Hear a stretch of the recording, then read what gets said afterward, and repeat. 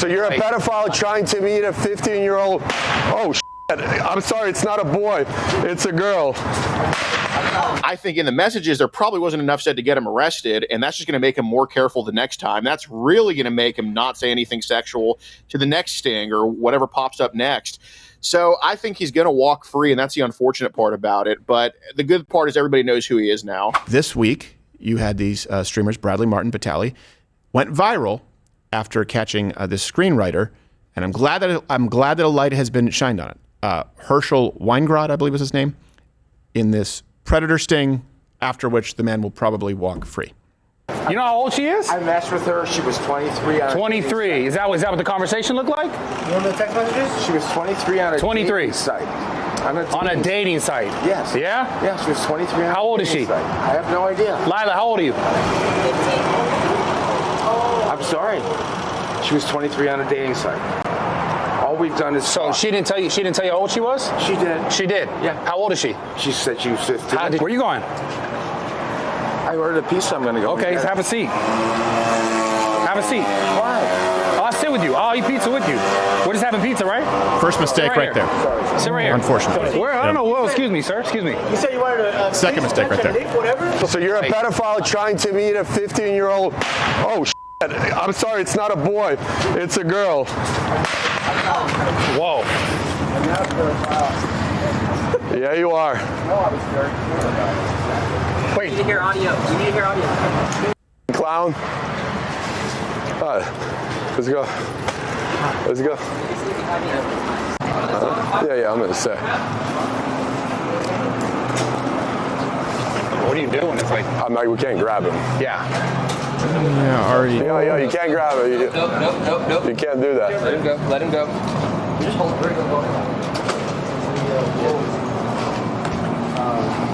Vitaly, What do you guys want to do? You're trying to meet a 15-year-old. Trying to meet a 15-year-old. So, again, really, if and I don't have all the evidence, and that's part of the issue, but I'm going to assume that this is true. If this guy did this, of course, that's unbelievably scummy, Yeah. and I hope he gets his comeuppance. There were some receipts missing. Doesn't mean they don't exist. Potential legal hurdles to overcome. False imprisonment by not allowing him to leave. It's possible. I'm saying potential legal hurdles to overcome. Possible, for example, battery, because later saying you can't touch him. Well, he already did. Touch him at the restaurant, blasting with powder. And by the way, it's not lost on me that entertainment is a valuable tool and it should be used. I get it.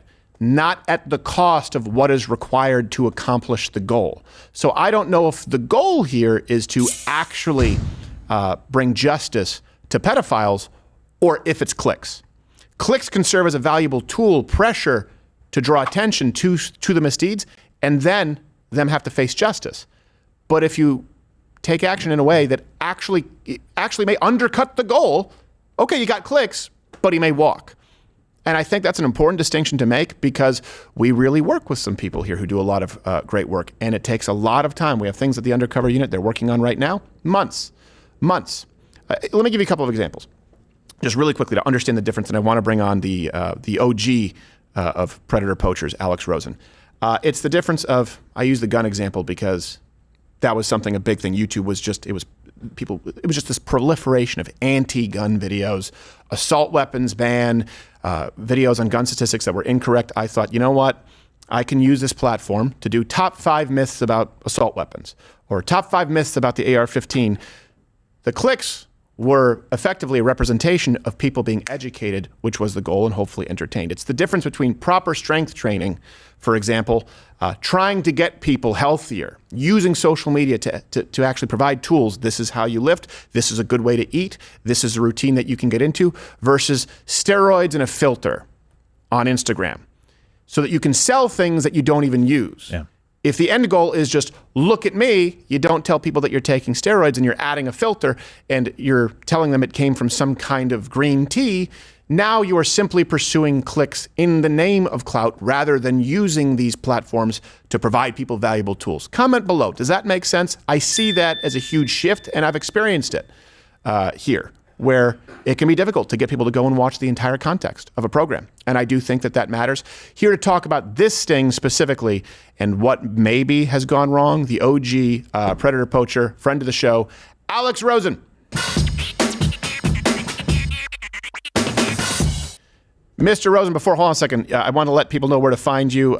They can find you on X at I Fight for Kids, P Poachers Live, and of course on Locals, predatorpoachers.com predatorpoachers.locals.com. Alex, thanks for being here, brother. I appreciate it. Yeah, thanks for having me on. Absolutely. I saw you were saying something when the stinger came in. Was there something that I missed? Please tell me it was. Oh. No, I was just saying, like, how's it going? Oh, okay. I thought you were like making fun of one of our mothers, which is also acceptable. So let me ask you this: what was your first thought when you were watching this video, which has since gone viral? Well, the first thought is I'm just glad that Hollywood producer is exposed. I mean, we all say that, oh, Hollywood's full of pedos, but I mean, clearly there's something going on with that guy just out in the open doing that. But kind of the thing with those types of stings. It was probably done the same day. Like that lady was probably texting him the same exact day they met. And I don't even know how much sexual talk was in the messages at all. Mm-hmm. Like he was just saying, I just wanted to meet her and this and that. Of course, they never just want to meet. Of course he wants more. No guy meets a lady off a dating app, underage or not, to just meet. But I think in the messages, there probably wasn't enough said to get him arrested. And that's just going to make him more careful the next time. That's really going to make him not say anything sexual to the next sting or whatever pops up next. So I think he's going to walk free, and that's the unfortunate part about it. But the good part is everybody knows who he is now. Yes, I do think that's a great thing is for it to be exposed. But there would be a way to do it properly, for example, the way that you do it, where you make it stick. In other words, if you were doing this, would it be give it a little more time so that you have verifiable proof of messages that would stand up in court and do your due diligence? Oh, 100% agree. So I'll bring up this guy named Fred Hendricks who he caught. And if you want to find that video on Rumble, just Predator Poachers Eugene, just type it in, the video will come up. That guy was a sex offender. He was talking to us for 9 months, would never get sexual with us. Then finally to an 8-year-old girl, he says one sexual thing and it was enough. And we go and confront him about it. He gets a 3-year sentence. But in that video where we're talking to him, he admits to molesting his niece and he never got in trouble for that. He went to jail for molesting his daughter. And now Maricopa County in Phoenix has extradited him from Oregon to Phoenix, and they've charged him with touching his niece now because he said that to us on camera. So instead of getting 3 years in prison, he's facing the rest of his life now. So it's really important that you make sure the video is good as well, because they could admit to an array of crimes that would just not be in the messages, whether it's sexual or not. Right. Do you see this, as someone who's been doing this for a long time, do you see this as a potential problem in the future, this proliferation as far as, these people now being more prudent because of lazy work and making it harder to catch them? Because honestly, I'm surprised that anyone texts those things anymore, like on To Catch a Predator. I'm like, you've seen the show. Yeah, no, I think there's going to be so many pedos and chomos regardless. But I will say, like in places like LA County, where people like People versus Preds and CC Unit have done great work getting a lot of these people arrested, LA County can now just group us in with people like Vitaly doing it not exactly the right way to get him arrested. Like we've had that problem in places like North Carolina where groups come in and they just kind of screw it up. And then we get a guy in North Carolina who admits to buying child pornography of infants and toddlers and nothing happens to him because they don't even want to touch anything with it now. So that's kind of what I worry about with that. Do you think there's a way to course correct that going forward? Because the work you do is very important. And the reason it's so important is because unfortunately, our members of law enforcement haven't seemed to make it the priority that they need to, so it requires people like you. I 100% agree. Yeah, I mean, when we started doing this in 2019, I mean, we were just screwing around in Walmart, just shouting at the pedos too. I mean, we definitely didn't come into it doing it the correct way. So I hope they do course correct, and I hope they see the bigger picture. Like, if these people walk free, they will go out and harm a child. And unfortunately, it's happened. We have 11 arrests in the state of Virginia on 12 catches, and the 12th catch that did not get arrested, they decided to not charge him for whatever reason, and he went to go rape a girl in Idaho when he moved back there. So it's important to get them arrested the first time. Yeah, I can imagine. And we have that, by the way. We have to deal with that on a different scale, but certainly... Actually, no, with the undercover unit, for example, the National Manifesto, Chippewa Falls, where we know that it could get clicks if we go out faster, if you basically glorify it in a way that is less than accurate. But sometimes the truth needs to be enough, and the process needs to be included. There's no reason you can't do both.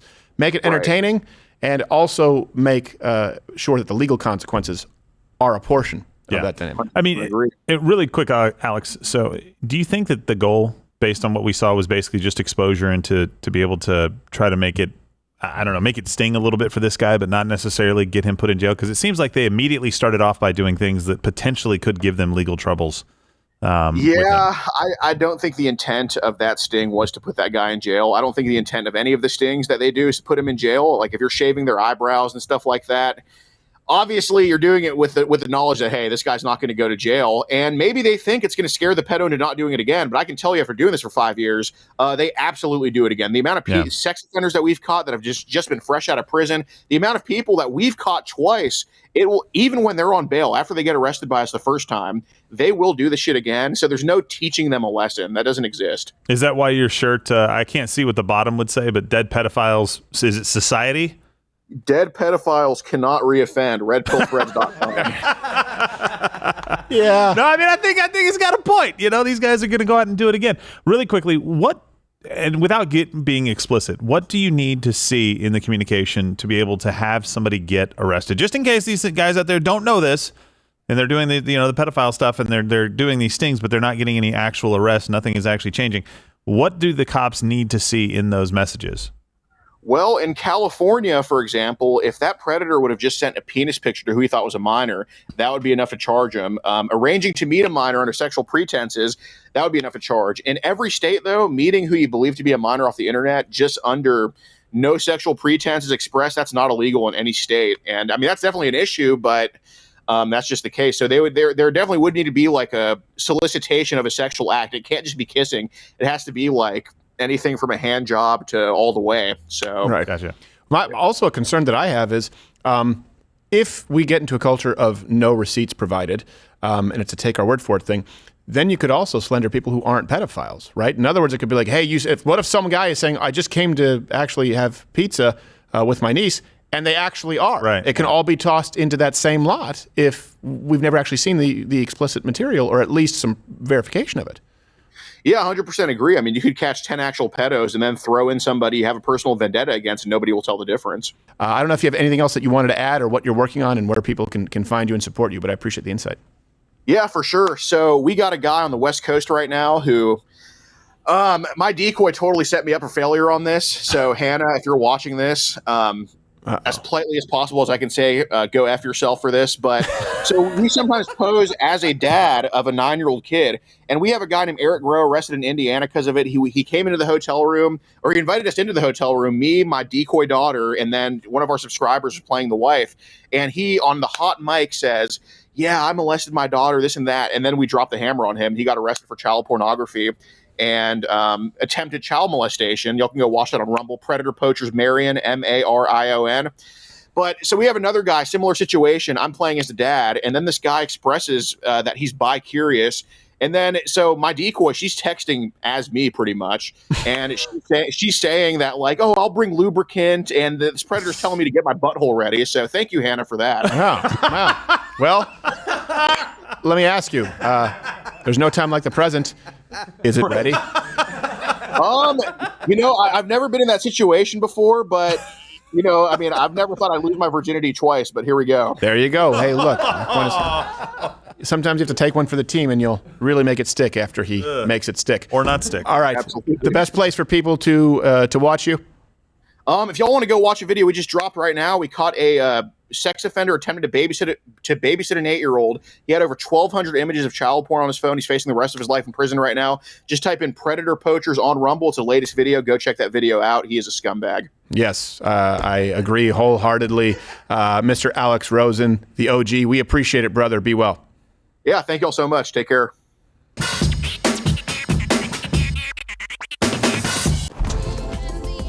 Watch Ladder with Crowder live Monday through Thursday, 10 a.m. Eastern.